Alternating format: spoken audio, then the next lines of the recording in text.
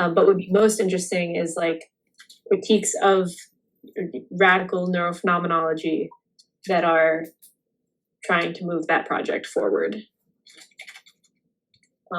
Like descriptions of challenges. Yeah.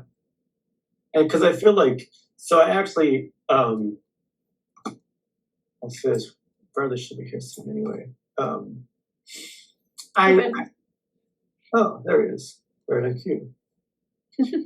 I took a shot at this what Hussein posted about MIT Tech Review, and I floated something about, it was like hidden worlds or whatever, and like exploring hidden worlds or something like that. And I tried to rattle off some things that sounded cool about exploring like phenomenology, neurophenomenology, BCI, kind of stuff we were talking about. It didn't get accepted. I didn't think it would, but I thought like just go for it, you know. But I guess I'll put that here. Yeah, I mostly, it was one of the things where it's like, I'm going to use this deadline to push something out. And I'm kind of glad I did it because it refined my thinking. It also led me to realize, I guess we didn't really discuss much of anything of substance, just kind of things. I filled out all this stuff that we want to talk about.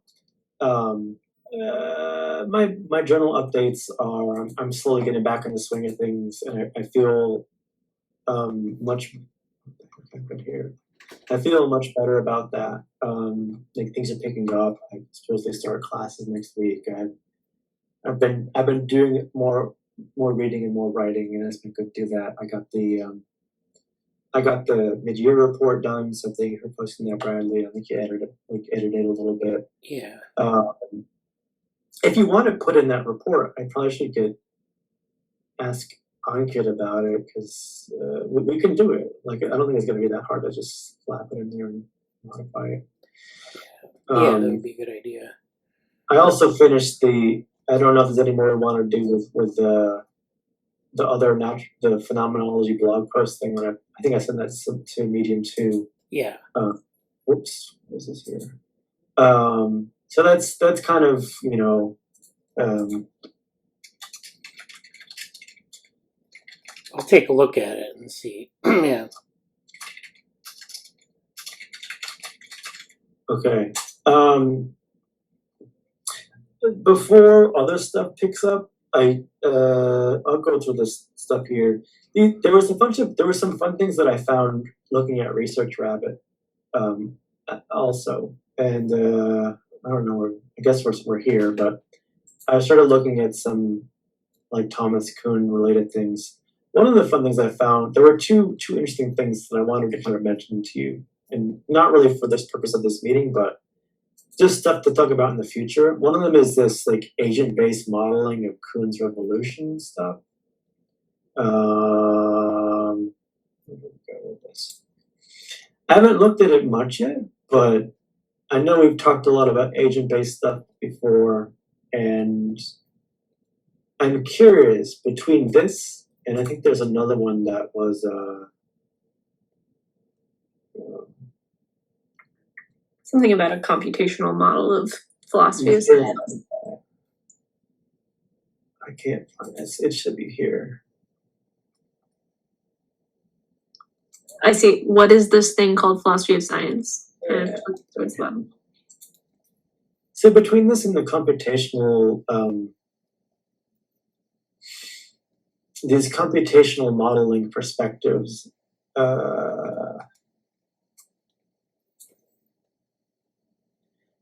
I guess all I want to say right now about this is between agent-based modeling, this paper, and also like some bibliometric analysis and stuff, if there's any way I can start doing things about modeling or even tying it with some of the data sciencey stuff I'll be getting into soon, I'm way not like on the back burner. Like I'm starting to think about that, but it's like I just turned the burner on and it's not really even warm yet. It's like as the year goes on and as things go on and as Robot passes, which is basically next week, I kind of want to think about these computational agent-based modeling related kind of things. And maybe some, I don't know if I want to do bibliometric stuff like what happened in cognitive science, but just stuff like that's kind of, it might be an interesting outlet to look at some things there. I don't know if there's any immediate comments on that, but I'll do this.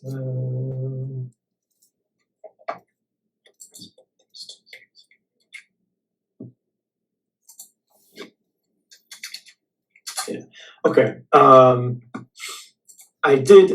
Other thing I mentioned quickly was we had kind of a nice discussion about a few things. I still didn't really look at the that squabble piece. Like, I don't know if you guys want to say anything about this, but one thing I can comment on is this. This looks super cool. This was this hybrid minds, which is apparently, I didn't quite realize what it was, but it's lay the foundation for a unified theoretical approach to ethical legal assessment of intelligent neuroprostheses.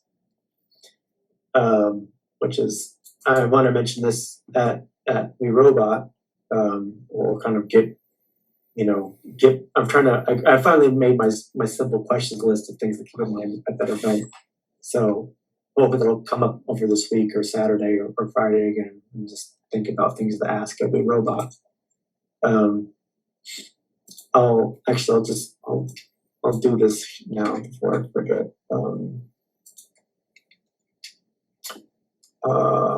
Where is this?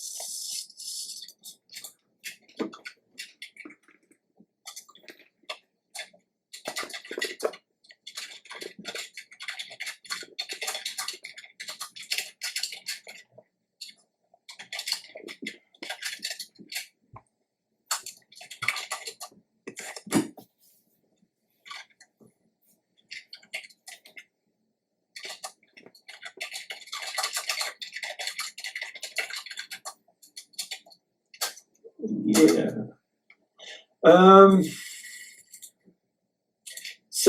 So this looks interesting, and I happened to find this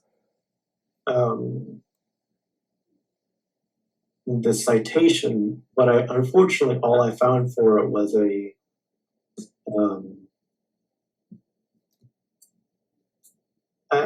looked at the person's website and their Twitter and stuff like that, but they didn't really have anything available. And I did mention them on Twitter, but right now it's just a presentation with no slides or anything else. But I think this would be a really interesting, if we can find anything in that area, that'd be a really interesting space that kind of merges a lot of things from neuroprosthetics to the sort of extended, experience, like the experiencing of things and technology and then obviously the ethics part. So yeah, and then the robot stuff. And I guess Amanda, you want to say anything there? My updates basically. I feel like I've like formulated a good to-do list. Some good questions in response to the more recent papers. I just need to answer them now. I need to sit and write. But I was telling Jesse I've had like just awful screen fatigue because I've been busy with work, and it's been really hard to make myself continue to look at a screen after I'm done for the day. So yeah. It's I'm going to continue to brace myself for that as the dark season comes. So, but this project has a deadline, so yeah. that'll motivate me. It's coming. It's already here in one sense. I keep wanting to use a Twitch record whenever I can. I don't really know why, but it's what it is. Yeah. Anything you wanted to say, Bradly, before we move on? No. all looks pretty good. I'm okay.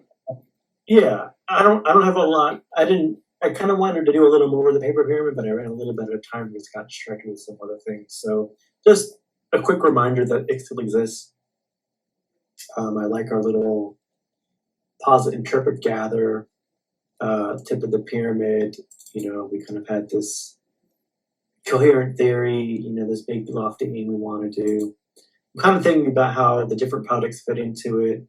Amanda's stuff, Amanda's paper, my paper, or presentation, whatever they are. And just I kind of had a little bit of discussion about this, and just to mention it here. I found a paper that I don't know how good it is yet, but it looks promising, called Problems and Hopes of Micro-phenomenology. And we'll talk a bit more about that in depth, but like at a broader level, one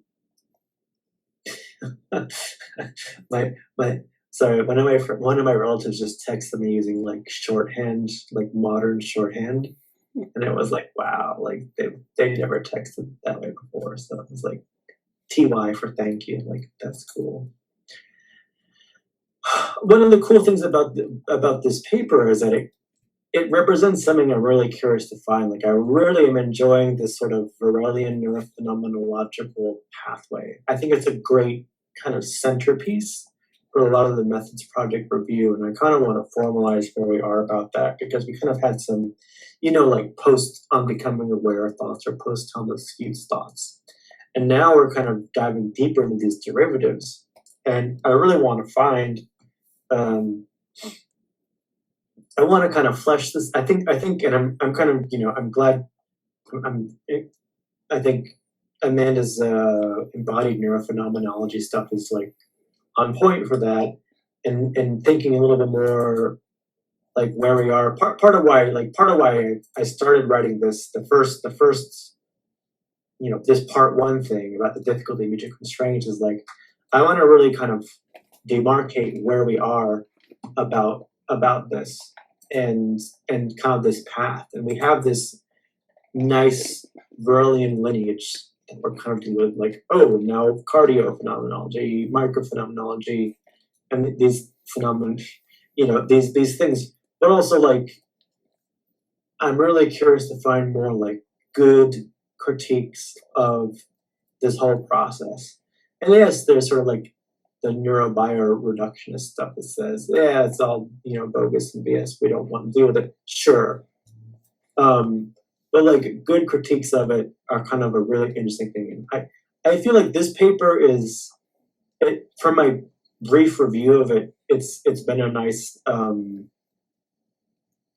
summary of challenges. I don't know how well it's going to represent some of the critiques or like ways forward. I think I've never heard of first-person neuroscience before. I can't tell if that's a term they're trying to introduce as, what neurophenomenology is or should be. I don't think. Have you heard of quote first-person neuroscience before, Bradley? No. Okay. I think they're trying to. I think it's like their novelty piece. Yeah. And so it's like, that gives me a little bit of pause, because I don't know if I buy anything they're selling, so to say.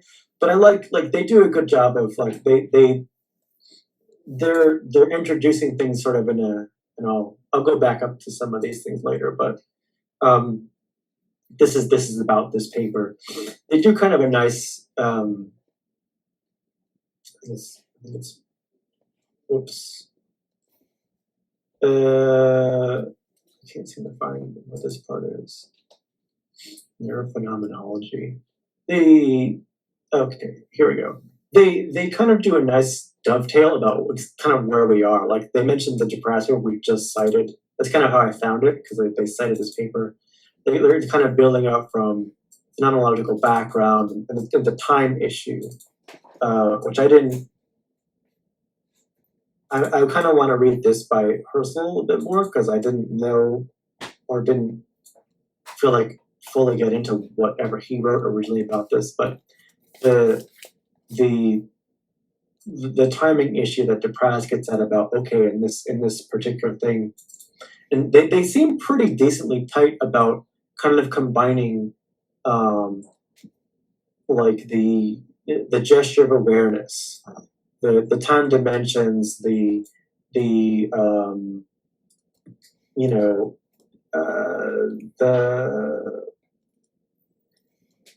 suspension and all of those things, and kind of building from.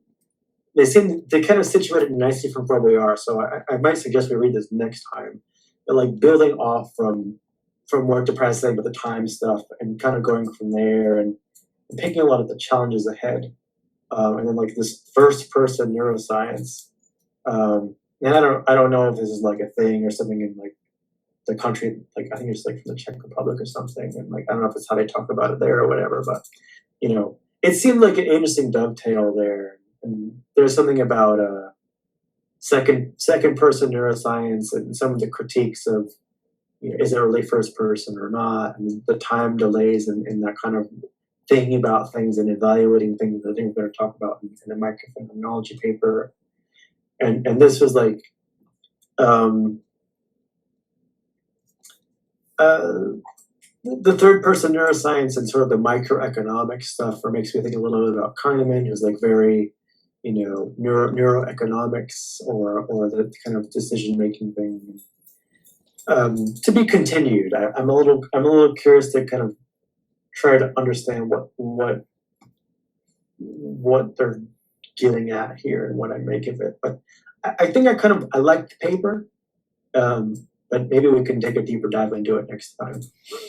That sounds good to me. Yeah. The only other things I wanted to mention here were, I found some. I kind of was playing around with it here. I can't really tell if the research. I tried to invite like Amanda. It didn't quite work the first time. I think I might have the wrong email, but I'm making like a research rabbit collection that we can add to and like find stuff and really add comments on. It's another like zoo farm, but I'm not going to invest in it a lot. But it was kind of interesting to find. Like this paper looks interesting too. I'll just pull it up. Oh no, this is the one that maybe isn't so great actually, but so you find kind of it's been an interesting way to look at some of the citation graph and see what's kind of built off of stuff, like what the gesture of awareness and the Depraz one. Like the citations for this are kind of interesting, and I found a couple things from that. Including I think Hope's one somewhere. So that's nothing super substantial there, but just some work on that. I mentioned the ABM favor. But yeah, I think we're ready to. That's pretty decent 20 minutes on this stuff, so we can kind of jump into the new one. Where do we go here? So, any comments before we get into the microphenomenology paper? Nope. I still didn't finish it. It got pretty dense, but I took some notes in the page for the paper, the one titled Discovering. Yeah. I liked the charts. That was really helpful. The pictures. I didn't quite finish it either, but I really tried to make myself get aware of all the different. Interesting. I wonder if I could reach out to. I think Valeria still has some ties here.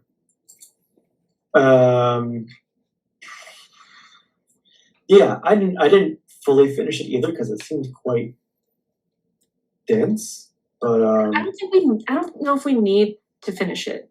Yeah. Because it's really going into the details of this, like, so there's the interview, and then there's how to like take notes as the interviewer, and then there's how to analyze the notes.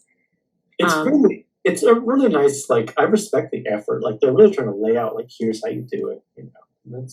It's a real, like, explanation of a method, which I appreciate. Like, it's supposed to be, and they talk about this, how they're trying to make it, like, so it's reproducible. They're giving these details so that there's, like, a reproducibility. Yeah. I don't know if you want to start with any of the charts or just kind of go through the paper, or how do you, I'll let you take the lead on this one, since I think you're the most familiar with it, or if you just want to dive into like this, your notes here or whatever. Let's just go into the notes page. So we talked about the introduction the last time. I don't know if we really talked much about, oh yeah, we talked a bit about section 2, because that's where they talk about how like the principles. The goal of this interview is making aspects of experience opaque and describable. Opaque in contrast to Fuchs's transparency. So transparency is like when you experience through something. So the goal of this interview is to take those aspects of experience that are not ever like the object of focus. They're like what we're experiencing through. They're, I don't know, a better way to put it, like background processes or ways of experiencing, but it's to take that and describe it in like focusing on particular, what do they say, singular experiences. Yeah, that was their word. So they say the first key to an effective interview consists in eliciting an epoché, so that's a reference to Husserl's phenomenology, by helping the subjects to choose and describe a singular experience and bringing them back to it each time they shift from it towards the verbalization of generalities, comments, beliefs, judgments, explanations, or theoretical knowledge about it. So the interviewer is getting the subject to focus on aspects of the experience and not their like second order judgments of it, or not their reflections that might involve it's like this bracketing idea that has come up a few times. Maybe not exactly, because this is the subject is recalling something and trying to describe it. It's not like happening in the moment, which we talked about the difference last time a little bit. But it's a kind of bracketing of like judgments about the situation. And the interviewer is getting the subject to focus on like specific features of the experience. And then I guess I skipped section 3. That was where they talk about how to prepare the verbatim, how to like notes. I don't remember if I had any thoughts about that. I guess not, if I just skipped it. But then chapter 4 or section 4 goes into like how to, like what features of the experience to focus on. So they've been talking about the structure of the experience, so it gets into like what that actually means. So, and the details matter because reproducibility is important to them. They're really trying to give a method that can be used in a bunch of different contexts to actually like get at something. So they talk about the difference between specific and generic structure. So specific is supposed to be like about this singular experience, and generic the structure are supposed to like come out of this analysis. I was really intrigued by this because it's kind of like it feels a bit like they're trying to get like the synchronic and diachronic. I don't really know what diachronic entirely means. I guess I should look at that. The way in which something has developed and evolved through time, as opposed to like. So synchronic would be more like features of a particular moment, things that aren't really dynamic. Whereas diachronic, and I think that there are examples later in the paper. How diachronic would be like, how things change through time. I liked their landscape metaphor here. I thought that was useful.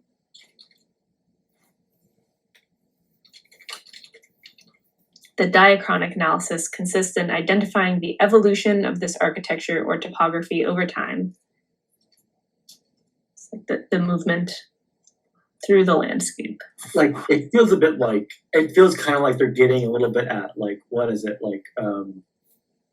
like derivatives and like velocity versus speed versus like that kind of, they're trying to get to like that different dimensionality, which I think is a really admirable, like that's kind of what I want. I would really, I don't know how to, I think it's a really brave trying to put some like, you know, they're trying to really bring a framework to this, and I like that. I don't know yet how I feel about it evaluatory wise, but like my intuition's line with this up as well. And I've had this thought about things, other things we've read. I can't remember exactly. Oh, I think it was the Gesture of Awareness paper. It's really interesting how they end up relying on like bodied talk, like movement and landscape. Like they're talking about very abstract things. In theory, they're talking about a structure that is like doesn't involve any pre-established categories. So they say that even talking about like dimensions and layers might be like of experience might be too much. That might be too like strong of a category going into this. But one thing they like haven't really been able to avoid is this kind of embodied metaphor.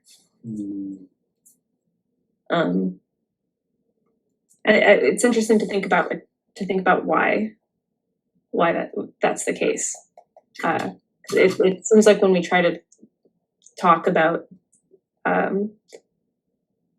like thought with like as generally as we possibly can, there's a kind of like spatio-temporal aspect of it. I don't know. I've been trying to think about that, but that was a thought I had.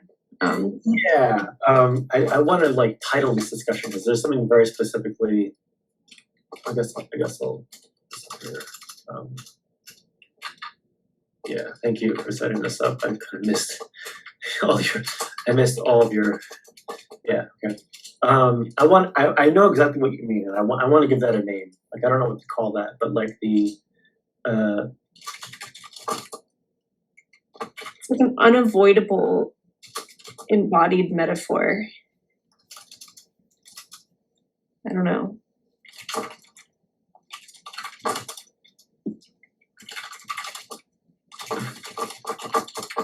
Like embodiment is so baked into our language that yes, we're trying to talk about this process where all like pre-described categories are set aside, but they still have to talk about like motion. I don't know. Maybe that's one possible response is that that's just like not really interesting because that's so minimal motion. Like maybe that's not profound, but I think that's I think it's very profound to me in the sense that I think we can bring in a few things here. But I'm going to say that I'm going to type out a few things that probably won't make a lot of sense. But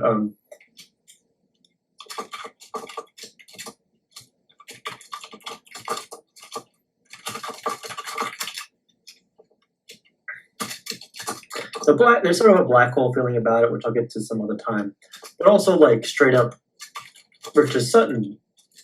And I feel like we're kind of coming at his point about the other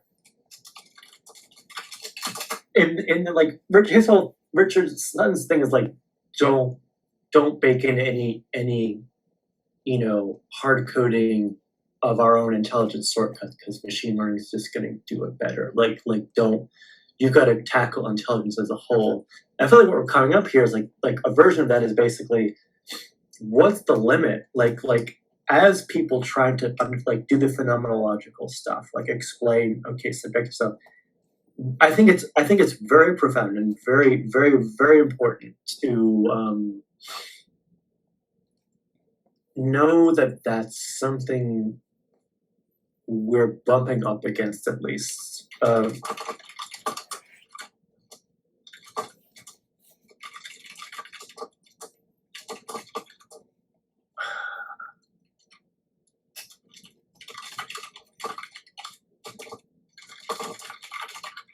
Because it's sort of like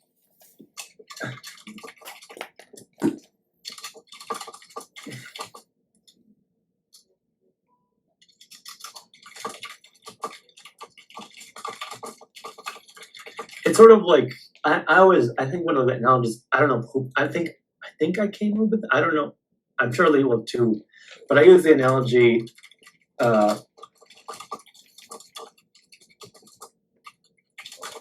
one like looking through a keyhole or crack on the door, and like you have this sort of human embodiment, and it's kind of I'm sure there's some name for this challenge. You could kind of say explanatory gap. You could kind of say hard problem stuff, but there's this very specific thing, and I think correct or I have my view on it, and like you can like critique it or make discrete your own point that you were trying to say. But for me, it's like we have what I'm getting at with this like keyhole analogy and bringing Sutton in here is like we have this inherent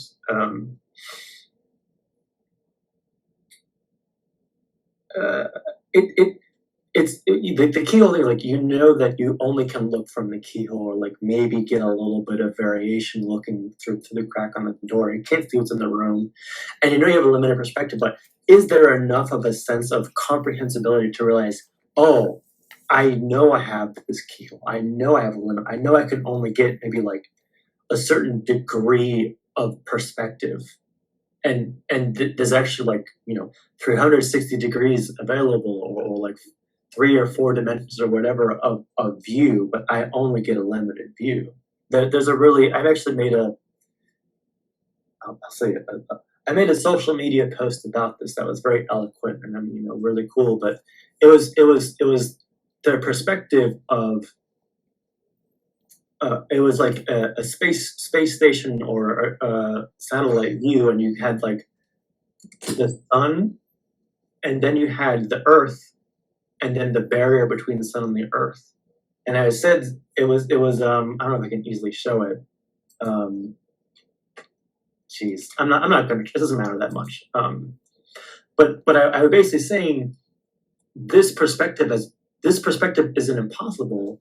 It's not. It's one we either had to imagine or had to get to. Like we had to basically make a technology that could view that perspective, where it was basically right on the end of the Earth's atmosphere, and you could see like the barrier of where the atmosphere was going off into space, and you could see the sun, and you could see down into the Earth a little bit. There's a very particular like snapshot photograph of it, and it's sort of like I feel like there's an analogy here to we happen to be able to get to that viewpoint in this 3-dimensional space in terms of planetary system. I think I wrote in the comments like being able to look at the edge of systems is like a really fascinating topic in general. Like I would love to just, if I could say like, oh, I'm a PhD researcher and I specialize in blank.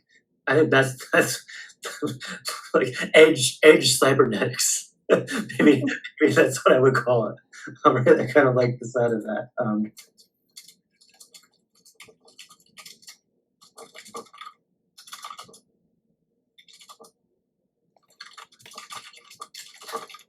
you know, I think there's something there, and I feel like what we're getting at with what you said is like, what, you know, there's a certain, it's a very rough analogy would be getting to the edge of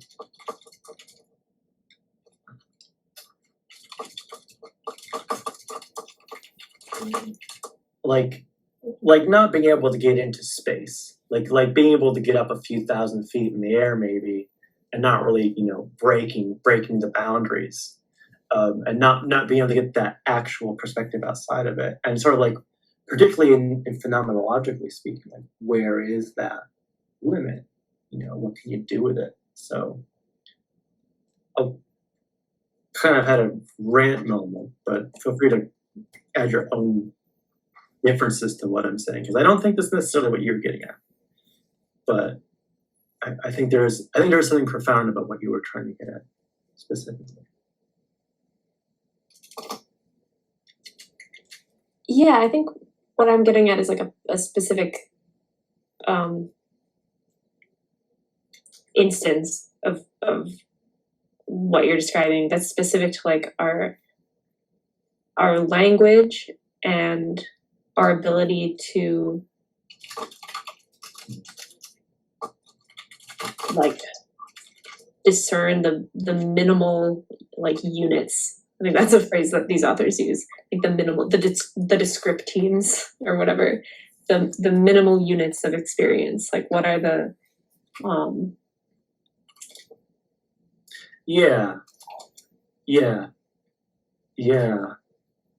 and like seeing how like obviously that they're subjective in a sense, but they might, like our ability to do that, to like get at these like minimal units, or this like most, you know, precise objective description of experience that has to be warped by our lives up to the moment that we're in this interview, you know. So even with like the most skilled, you know, I want to say meditator, but like specifically in this gesture of awareness tradition, and like if you can imagine the person who has the most skill at that process, and then the interviewer that's the most skilled at this kind of interview, it feels like there are boundaries that you butt up against, and those boundaries can't themselves be like articulated well. I don't know.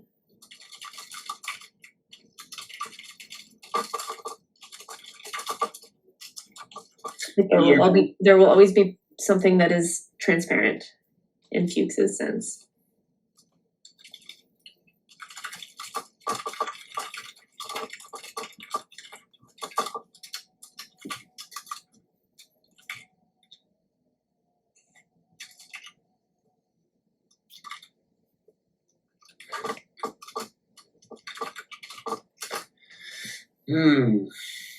And I feel like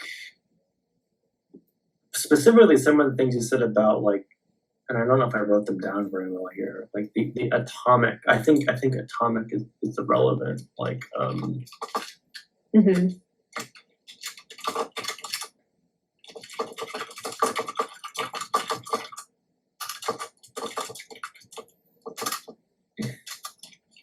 this is so snappy, hold on. The phrase carving nature at its joints. I heard it in like philosophy of science. It means like, oh, the concepts in your theory, those are actually those like correspond to reality. They're not just instrumentally useful concepts, and they're not too general, they're not too specific. They're actually they match up perfectly with reality. And I've heard the phrase carving nature at its joints to describe a theory that does that. So it's like that's what we're trying to do with first personal experience here through these methods. when we're saying like, oh, like finding these minimal units or these atoms, or like trying to get at the features of experience that like correspond to I don't know, reality. It's harder to talk about when we're talking about like subjective experience, but it's like we're carving subjectivity at its joints.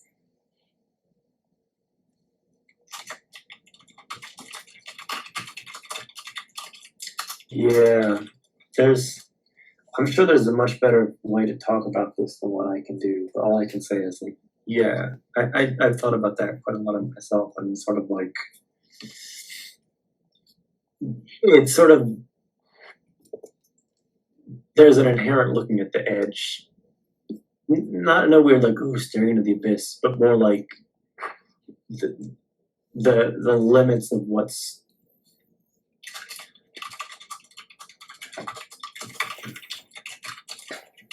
yeah, and I mean, I almost as like a spectator and not really versed in the paper, like I feel like this is part of me wonders like, okay, like if you train a lot of people, if you had this is, I don't really want to do this or suggest this should happen, but if the authors made a school of micro-phenomenological analysis and trained a lot of people, and we could get, 2 decades of research about this perspective, I feel like, okay, that might be some grounding of something, but that feels impossible. Like that feels like, I think this is I wonder if they're going to try to do that to some extent and like refine this and push it forward, because it's like, it's a little bit of compressing things into this sort of methodology that is what it is, but I really wonder to what end this. I'll reference once again the brain dance technology, in the sense of there's a certain kind of appreciation of, even if it becomes obsolete in the future, the kind of theoretical work that would have to hold all the technology together, just to input and output it. Like I guess sort of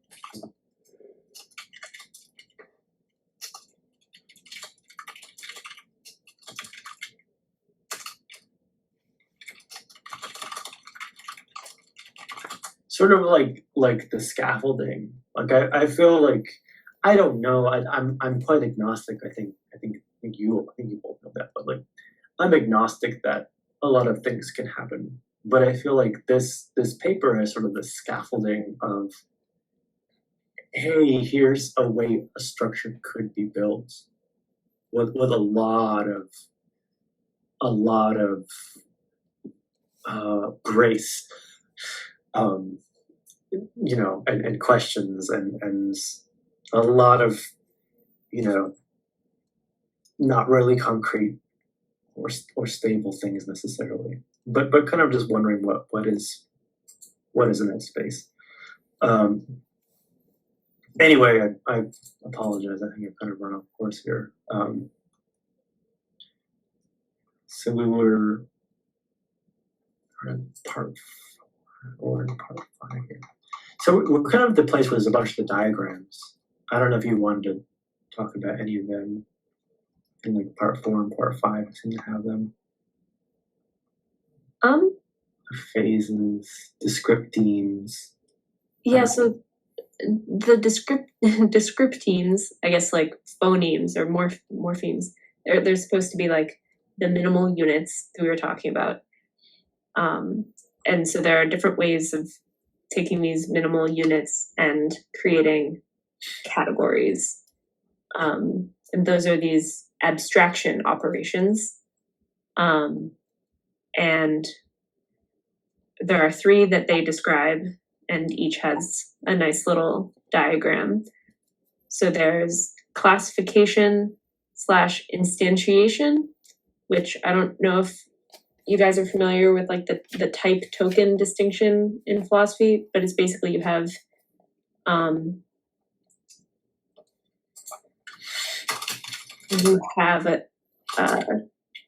so like dog is a concept. It is both a category and there are particular dogs. So there's the type dog and the token dog, type being like the property or the category, and token being the instantiation of that category, the particular dogs. So that's one way of relating the atoms to a category. So their example is the type or the category would be movie, and the instantiations or the tokens would be Harry Potter or the artist. So there are like occurrences of this category. Another way of going from descriptemes to a category is aggregation or fragmentation, which my impression was that was just like a kind of like a parts whole relationship. So their movie example was actually kind of, I don't know if that was the best example. The artist feels confusing to me, yeah. Like Harry Potter movie or like Harry Potter and the Chamber of Secrets, like that kind of thing. Oh, I think it would have to be like one of the Harry Potters. Right. Yeah. Yeah. It would have to be a particular movie, because then Harry Potter itself would be a category. Yeah. And then for this aggregation or fragmentation, they say it defines a category in intention as composed of subcategories. So with their movie example, there's movie is a category that consists in all these other categories of title, director, date, length, genre. I don't know if they gave more examples and I missed it. That one I could have used a little more discussion. But it seems to me to kind of be like a parts whole relationship, but not physical, like already in this category space. I don't know. And then the last one is generalization or specialization. I guess my confusion is what the difference is between this one and the previous one. So this one defines a category as a set of specialized categories characterized by specific properties. I get, okay, so that one makes sense to me. It's the middle one that hasn't clicked yet.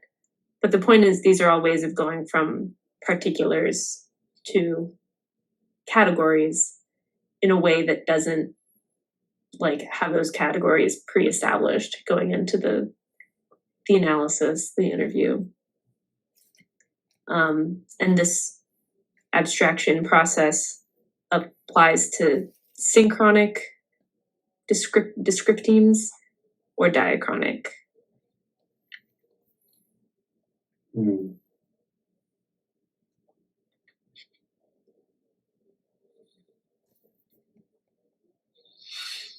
And there are examples for synchronic. The first one, classification.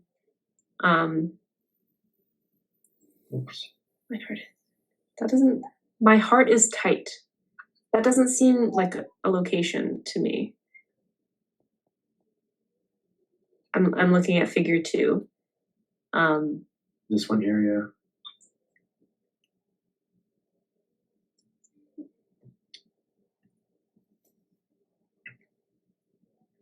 I don't know, but it doesn't seem like an instance of a location.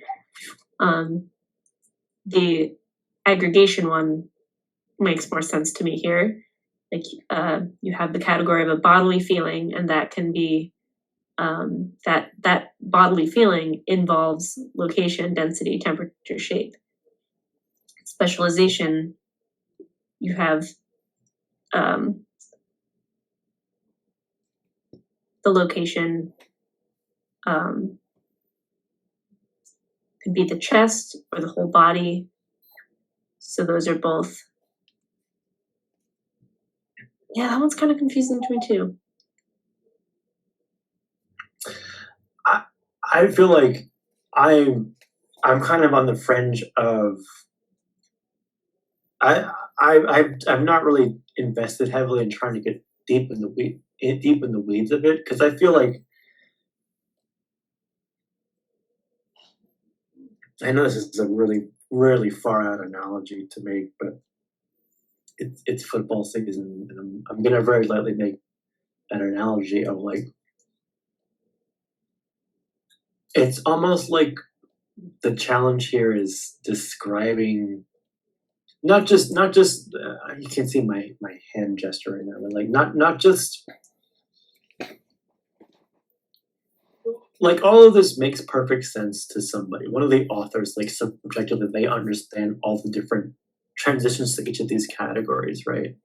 And part of the thing about teaching or instructing this to a group of people, kind of why I mentioned up here, what if you had like a great training process and you totally, you had this amazing, you got all these people trained in this thing. It's almost like creating like this is sort of how you would create a data set. It reminds me of my first, labeling. Wow, okay, sorry. Hold on. It like my first ever research project with Dr. Kim in the lab was labeling video data, audio-visual data, right? And trying to create this data set and how to label the data to train a machine learning model on the data with these different dynamics. And it's almost like now we're doing the same thing about how we're training people to try to label data and break down these structures as if we can't. There's literally nothing other than someone's memory that we're talking to. Like, we're talking to someone's description of their memory. There's like impossibility of a third person. I mean, you could probably get like neuro data and comment on some aspects of it, which is kind of interesting to think about. But you're trying to find out how to label, cooperatively label a data set that someone has like partial, potentially imperfect narration of. And that's so challenging. But like, I respect this effort to do it, and it's like, how do you, I guess what I was trying to say outside of that is like, we're trying to break down these ways of structurally categorizing that, and then how much, boy, like I really wonder if they ever made like a course, like, because I'm trying to like pedagogically trying to implement this, outside of just like writing this manual for how to do it. Is Well, there's that whole website, right? Microphenomenology.com. I remember you pulled it up last time. I don't know if that's actually what it is. But yeah, it's also interesting because adding on to what you're saying, they want to get rid of all of any like pre-established category you would have going into this. And they're trying to get to these categories through this abstraction process. And like nothing else, just like the data and this process. It's like data-driven phenomenology.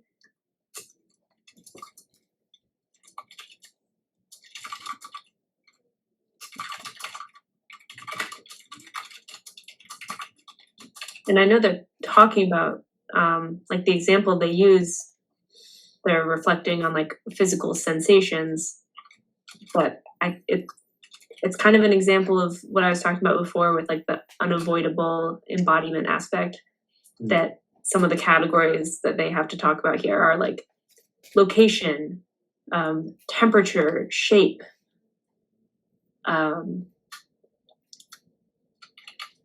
density. They're like fundamentally like physical or spatiotemporal.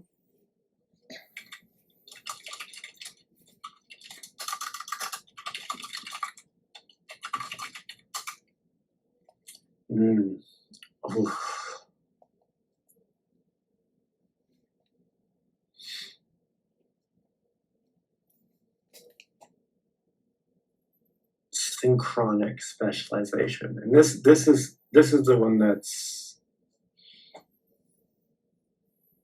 instantaneous, right? Yeah, it's actually I was thinking like I don't know if you could say it's atemporal.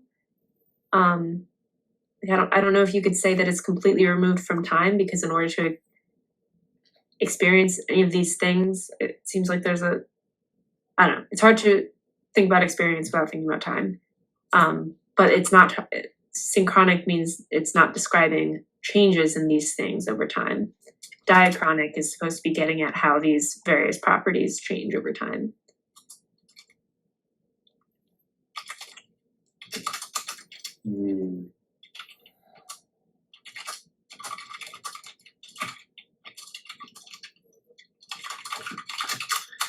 Yeah.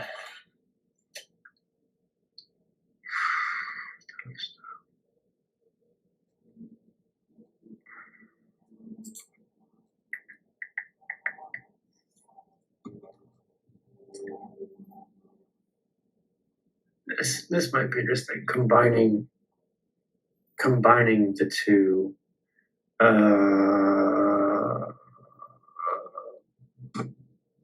Dynamic lines of bodily feeling, experience of painting, a very elaborate diagram.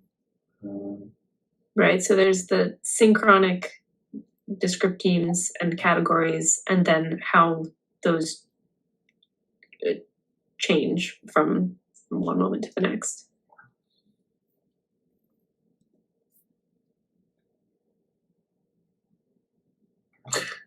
I would ask some details about like what this is, but I don't know if it's.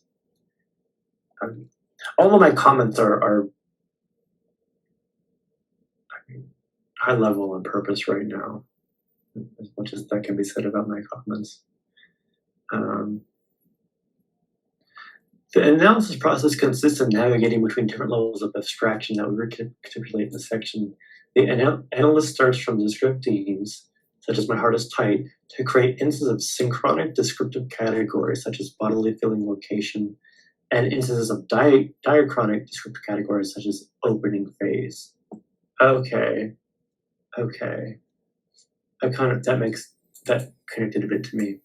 To do that, she relies on a set of synchronic and diachronic structural categories or classes of descriptive categories, and the structural operations that make it possible to create these categories. The main synchronic structural category we identify in the section is synchronic descriptive category. Right. Phase, category, event, and the structures. Okay, sequence, overlapping, transmission, transception. Okay. Meta categories. Okay, like I get it. Like they're really trying to break down more like the epoche. They're trying to break down like these the like really expanding upon the gesture, really expanding upon like the ins and outs, like going in and out, and so the diachronic thing is sort of like that, the in and out. You know, what is the kind of cresting of that, whatever that particular experience is. Yeah. Okay. And then analysis stuff. Yeah, I don't know, like, I don't know how much, like, do you want to, let's go back to your notes. I think that was a little bit more here. Oh, I see you putting this here. Yeah, I'm happy to kind of keep diving into this. I don't know how much you other people want to do that, though. Yeah, we can just keep going. This is where I kind of slowed down.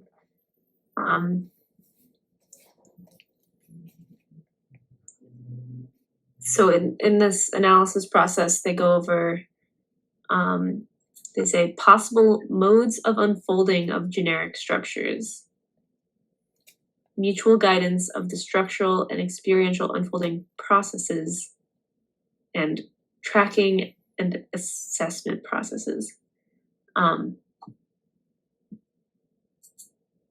So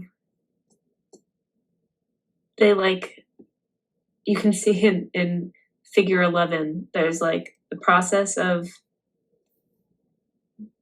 the subject describing things. Then there's the analysis of that by the interviewer.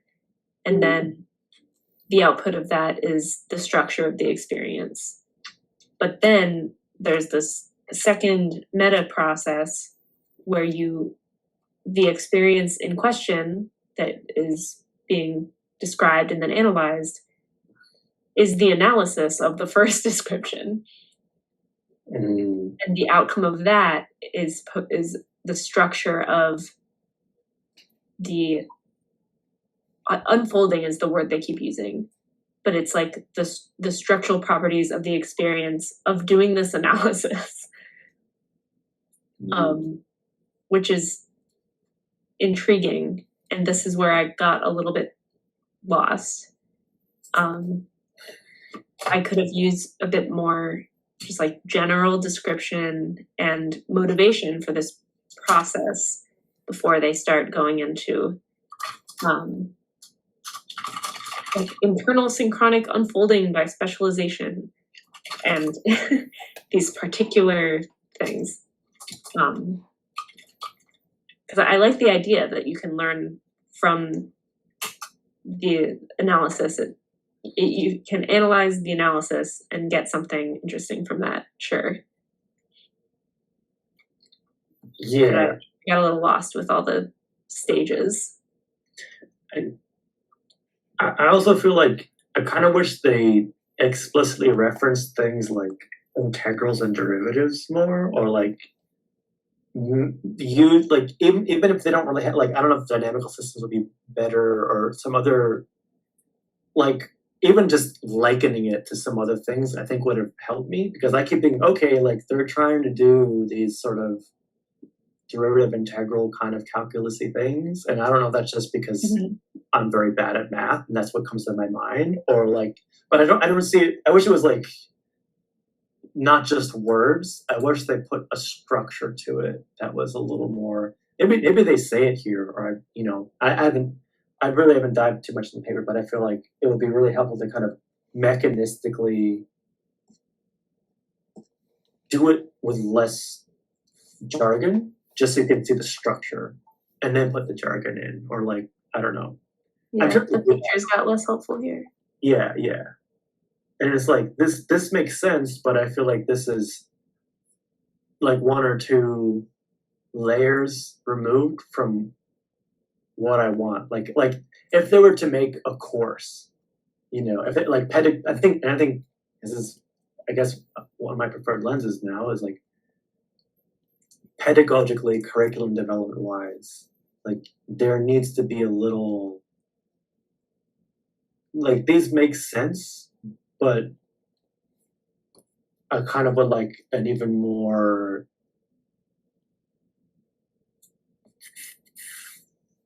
I don't really want to use the word functional, but like, how do the parts interrelate? That'd be an appealing diagram to see. This looks like a fun diagram. Where were we? We're figure 13, 14, I think. Gesture of letting go. I don't understand the arrows in this. And I don't know if we need to really. One thing I do want to make sure I understand is how exactly the letting go relates to this, because it's in figure 15 and 14. They talk about the gesture of awareness, but Right. which I feel like I understand very well at this point, but not here.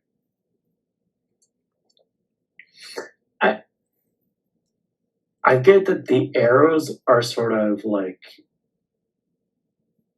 I think I understand the arrows in this now as if like the internal things, like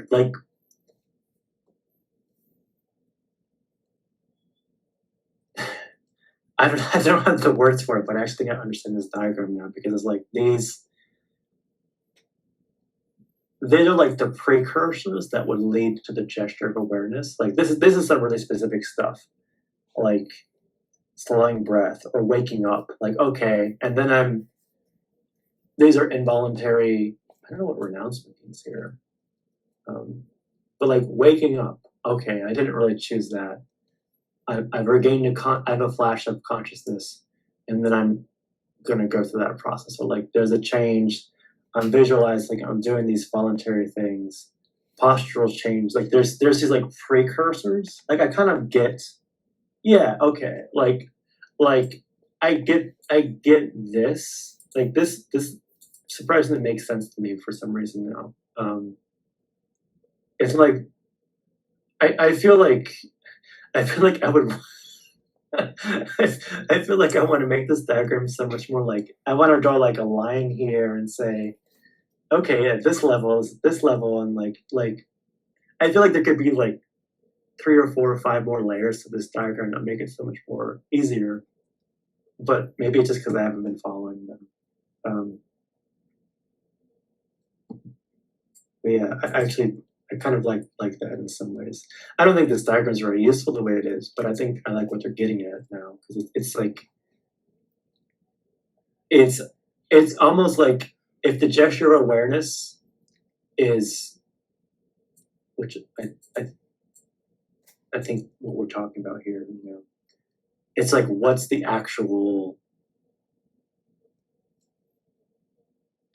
kind of a little bit of my old school idea of tracking across various domains. Like they're trying to get all the way like integraled up the derivative, up the derivative, up the derivative, all like 2 or 3 or 4 or 5 of these stages out. And they're using diachronically here, like these sort of I think of like plot, like what's the, you know, preface, and what's the rising action, and then we get to the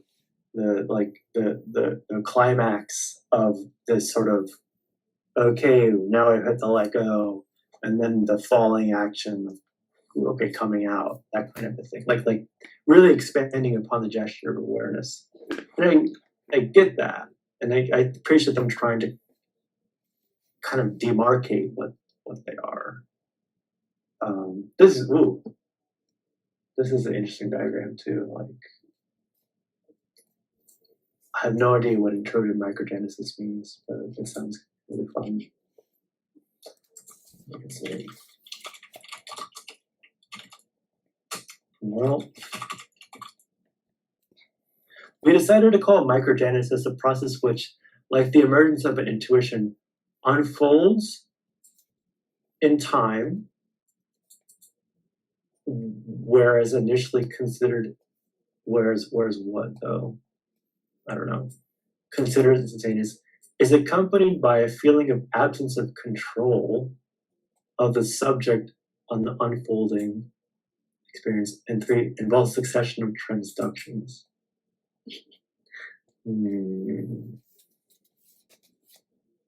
I liked my own particular feeling about this better than some of these words because yeah, I think that for next time, maybe we talk about this paper a little more. I want to put a little more effort into understanding some of it, but maybe we don't spend that much time on it,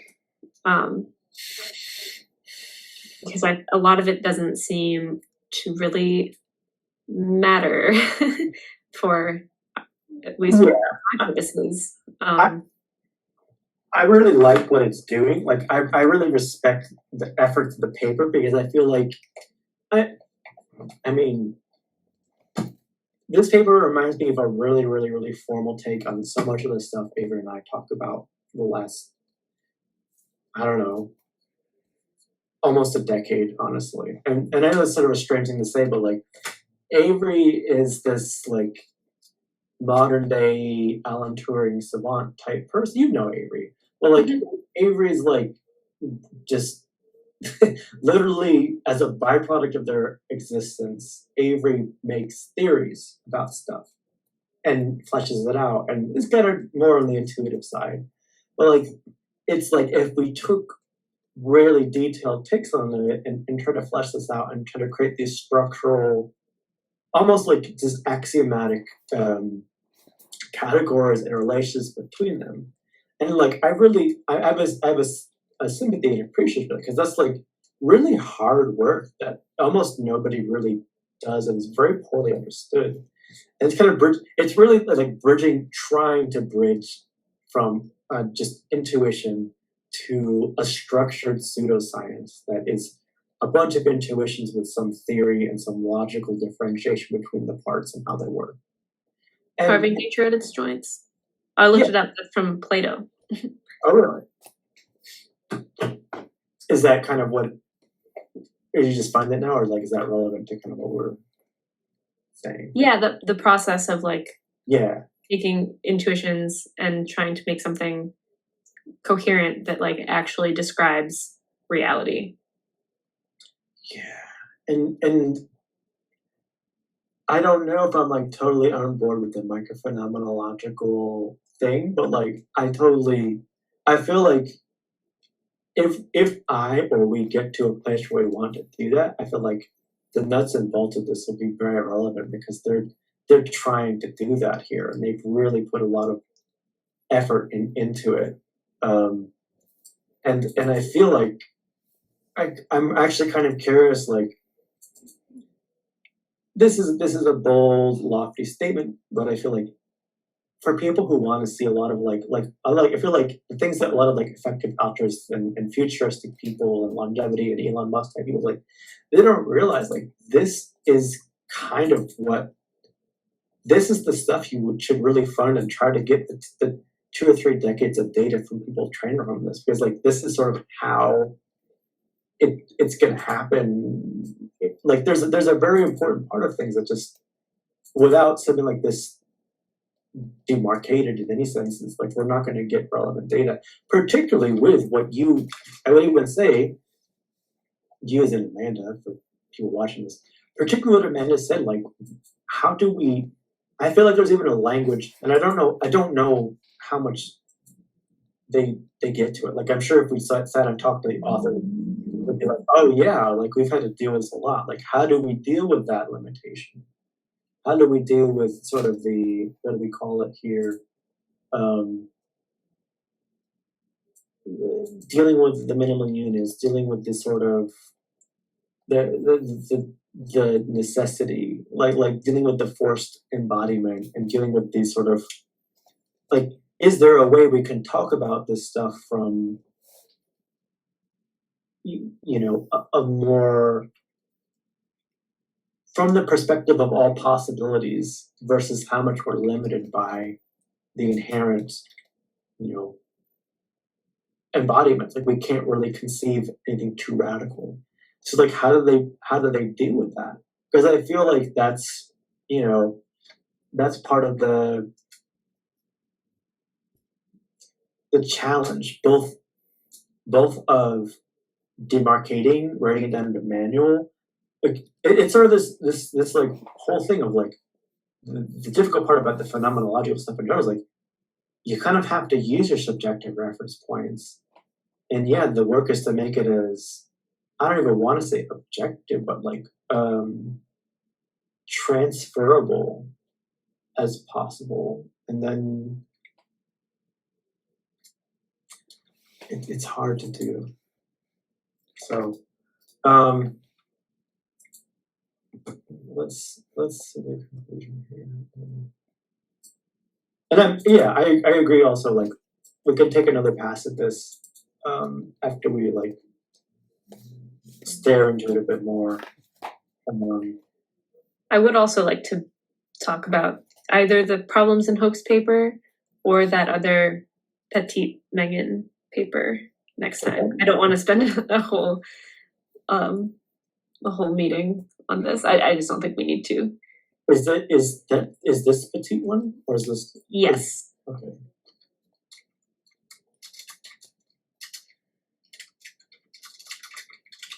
So I don't care which one we do next.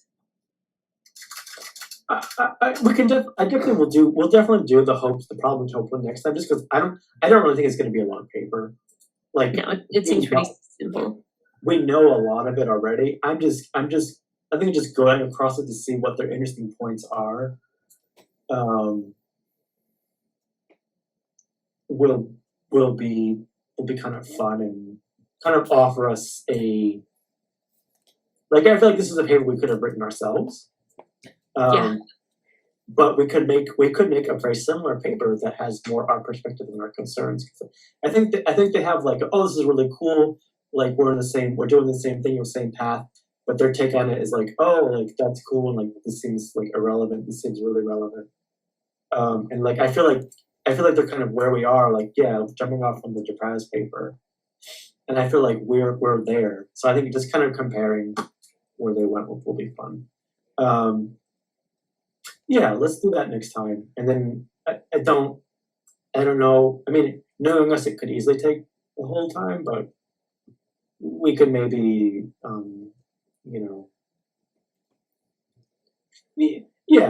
For next time, we can like, I don't know, try to take some nuggets from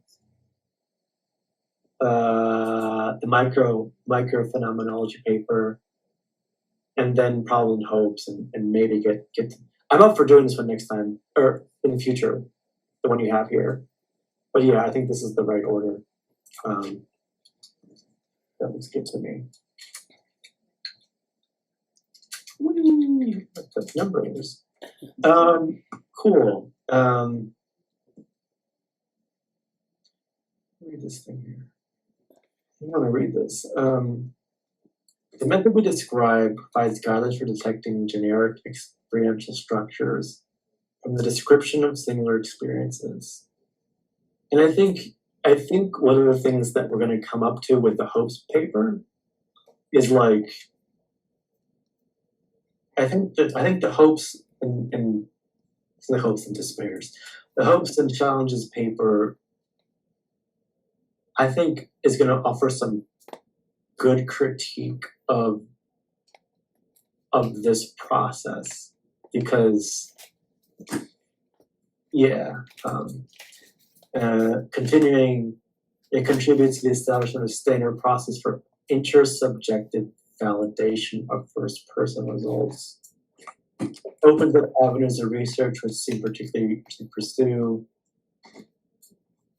These sort of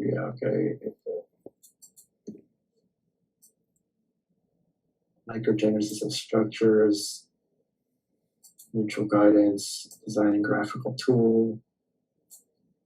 Yeah, I would be curious to see where they are now with their graphical tool things a few years later. Yeah, okay. Yeah. Yeah, I was going to mention a couple things before we go, actually. So this whole process of like, what do we call it, abstracting out things from cognition. I mean, this reminds me of kind of like object-oriented modeling, like where you have an object, you have instances and things like that. And the problem with that, of course, is that you can build things, you can put things in that framework, but only the things you know about. So I guess if you're looking at individuals, what they know in terms of their descriptions, their categories, it's probably okay. But then going across people, it's maybe not. And then, of course, if they experience new things, then you have to build into the framework those new things. So, like, if if there are things I've not seen before, then I have to put those categories. Or sometimes people recategorize things, as you know. It's not like people just kind of come up with a set of categories, a set of instances, and that's that. Sometimes people recategorize things, or sometimes people use different categories for the same thing. Like, you might call something a computer, you might have classes a computer, but some of those computers are also phones, or some of those computers are also like machines, and like there's this sort of overlap in categories. It's not like something that you can do that's nested necessarily. Yeah. That's a problem that, it's a way to go, but it's like there are problems with building categorical models and things like that. It would be interesting to see this from a developmental standpoint, though, to go in and say, like, how does an agent build a set of categories from nothing? If you're building new categories, if you're, using top-down or bottom-up categories, building your own sort of categories versus, like, imposing categories that already exist, and, seeing what that looks like. So, I imagine this looks more like kind of maybe like a network or something, because you have multiple reference points for each type of object. They can belong to multiple classes and things like that. So that's my what I had to say about that. And then the other thing is, you went kind of past figure 17, and I thought that was a really interesting figure. Let's see which one that is. Ways. Okay. Here it is. So this is tactile sensation. These are these transductions they talk about, I guess, where you have a sensation and then you have these different things. So this is the attentional mode. This is where it's like kind of you're paying attention. And then there's extension, movement, perception of the frontier between bodies and the fabrics, and tactile qualities. So that's from that table. Is that what you're showing me? So these are all just specialized structures of that sensation. So it's like we have the attentional mode, we have extension, meaning it's embodied, movement, which is also embodied, perception of the frontier, which means it's in space. It's not necessarily, it has to be embodied to get that spatial information, I guess. And then the tactile qualities, which are like kind of the, I guess the phenomena of the whatever you're touching. So those are all kind of parallel processes, correct? I'm getting the sense that they are.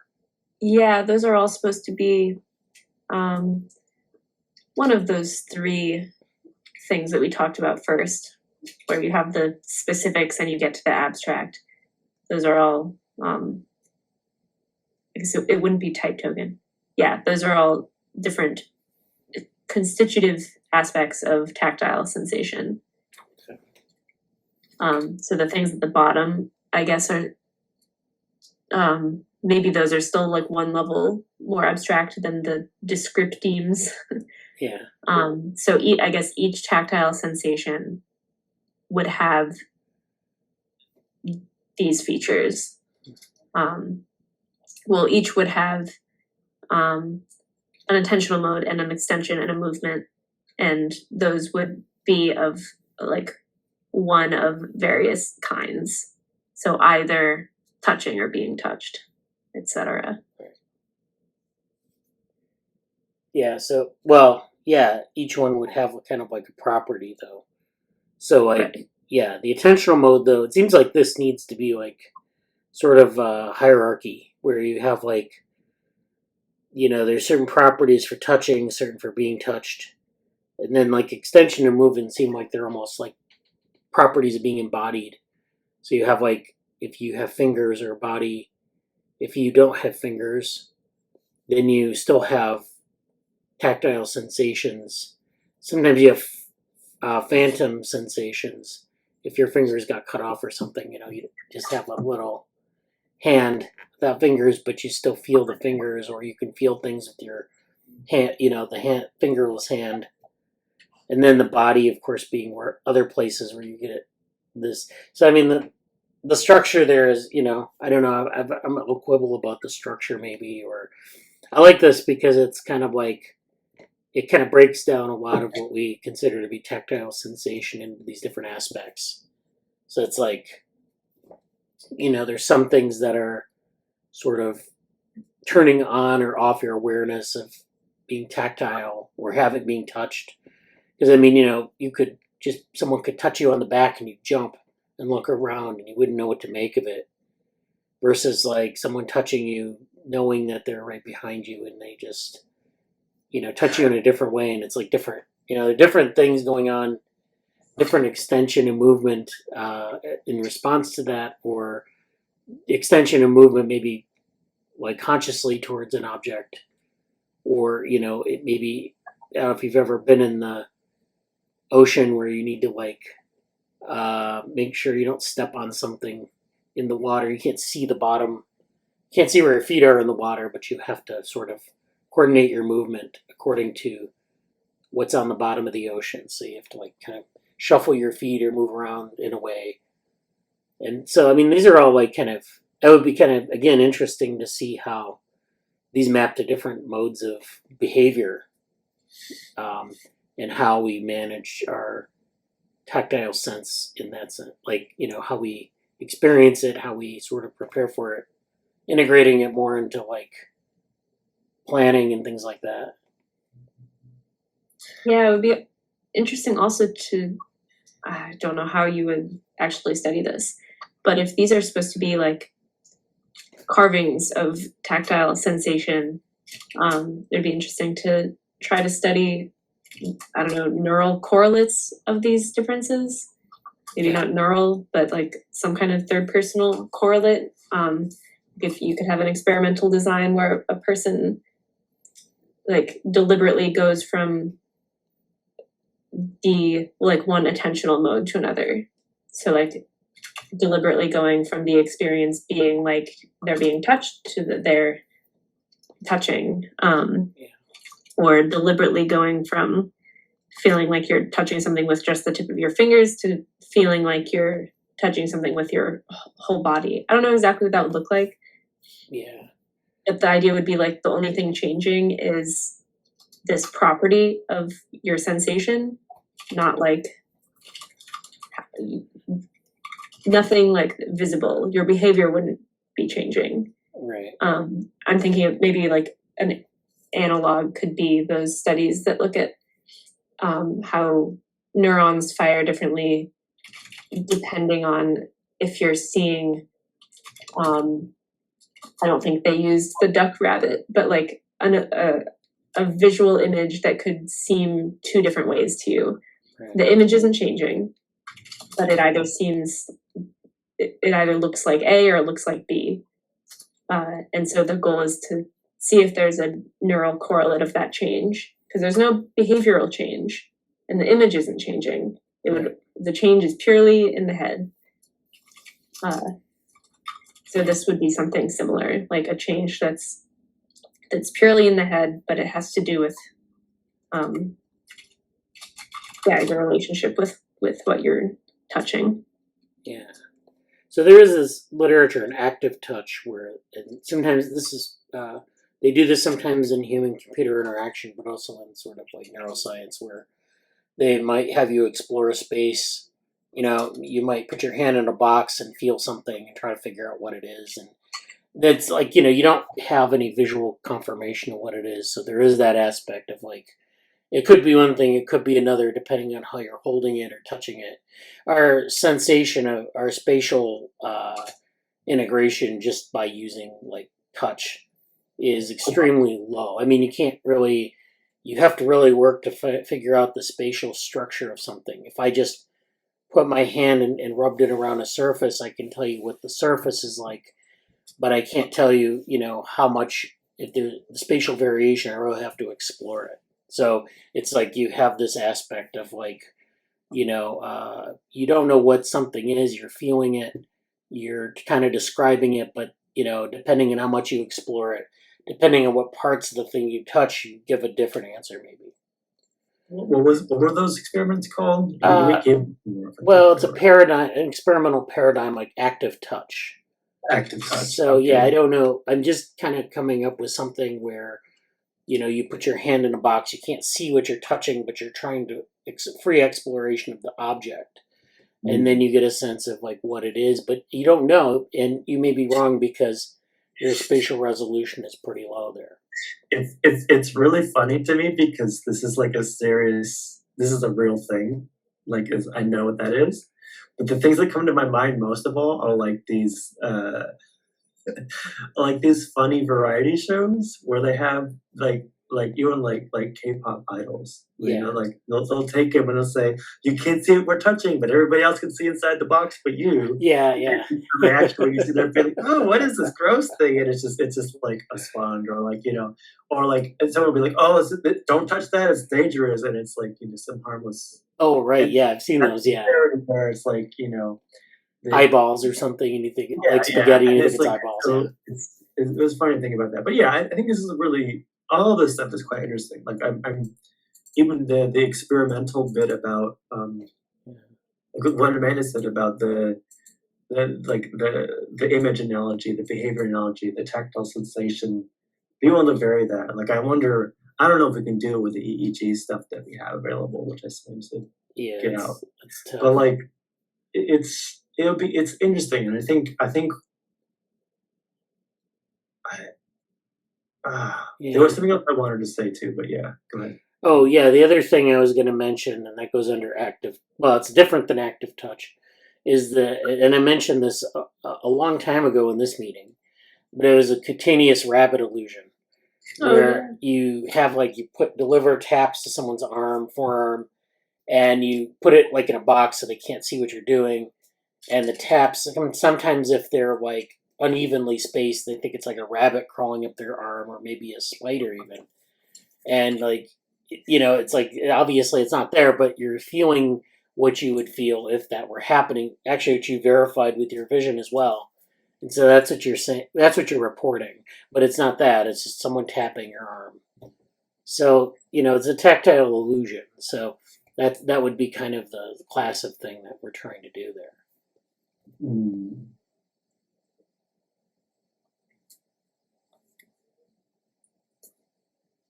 Actually, that Wikipedia article looks like we should put that in the Notion. Yeah.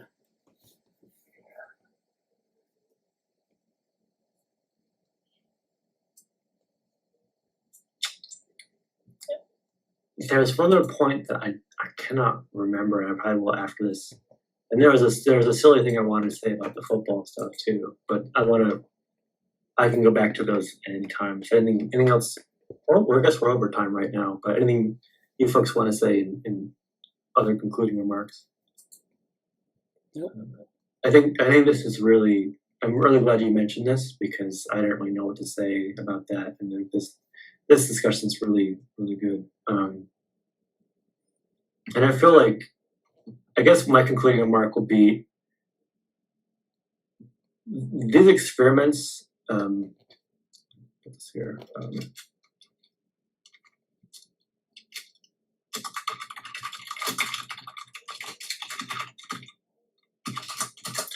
this is good. And then the last thing I want to say about the thing about teaching football, teaching defense, and what I meant by that specifically is I guess I'm in this interesting perspective of these are sort of experimental structures. This paper that we just looked at is like trying to make a manual for it's both how they've done it, and I'm sure we could reach out to them if we wanted to and say, well, what's like, and look at their website, like Amanda said, like, where are you in like pedagogically developing this? Because I feel like the difficulty of of all of this plus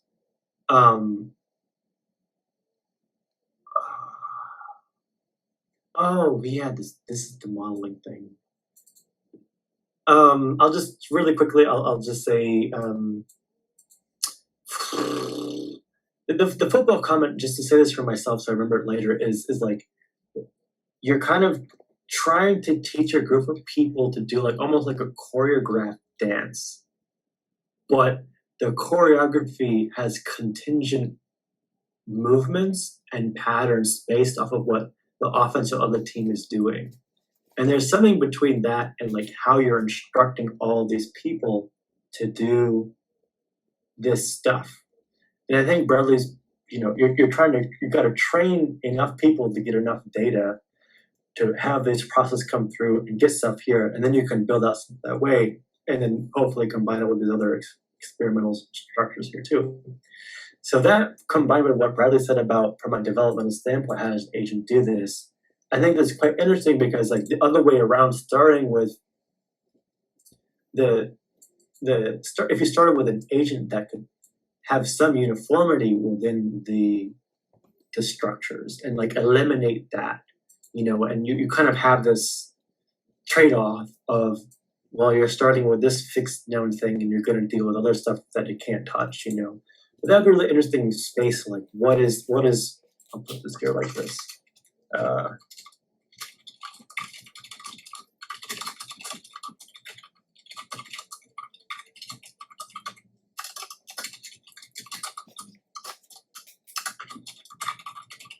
Like starting with the known categories or even the limitations of what they are versus, building them, trying to train this coordinated defense of people who can identify them uniquely.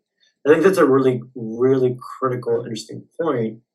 And something I never really, the whole like shared cognitive environment poster last year we wrote about was kind of getting like about, that's way too in-depth thing to say there, but like that's specifically like that issue. So we're over time. Thank you. This is really cool. Please leave any other comments in the Slack or whatnot. I look forward to this next time, finishing this paper and the problems and hopes, or the hopes and despairs paper, as I want to call it. And hopefully we all make it. No reading group tomorrow, but I'll see Bradley on Friday and see everybody Saturday, hopefully. So that's it. Thank you for me, and have a good one. You too. Thank you. Talk to you soon. Talk to you soon. Bye.